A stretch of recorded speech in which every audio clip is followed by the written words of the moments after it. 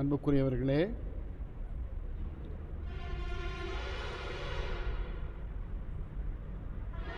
Christmas என்பது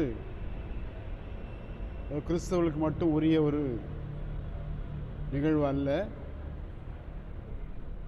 இறைமகன் இயேசு கிறிஸ்து உலகத்தில் மனிதனாக அவதரித்த போது அவருடைய பிறப்பை குறித்து வானத்தில் இருக்கிற விண்ணக தூதர்கள் அறிவிக்கின்றார்கள்.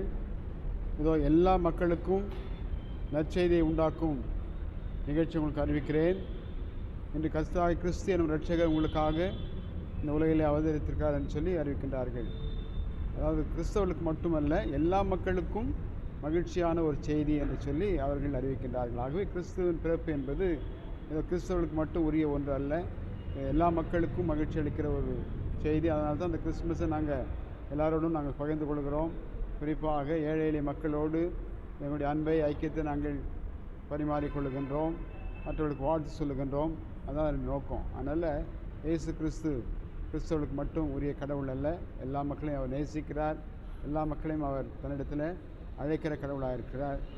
ஆகவே அந்த கிறிஸ்மஸ் உங்கள் அனைவருக்கும் மகிழ்ச்சியான கிறிஸ்மஸாக அமைதாக அவனுமாக புத்தாண்டிலே பிரவேசிக்கிற போது புத்தாண்டும் அனைத்து மக்களுக்கும் எல்லா நன்மைகளும் நிறைந்த ஆண்டாக அமைய வேண்டும். உலகத்தில் அமைதி இருக்க வேண்டும், சமாதானம் இருக்க வேண்டும். அண்மையில் பார்த்திங்கன்னா நமக்கு தெரியும், ஜெருசலேமில் அங்கே பாலஸ்டைன் அண்ட் இஸ்ரேல் வார் அங்கே நடைபெற்று கொண்டிருக்கிறது. அதுவும் ஒரு நல்ல அறிகுறி அல்ல.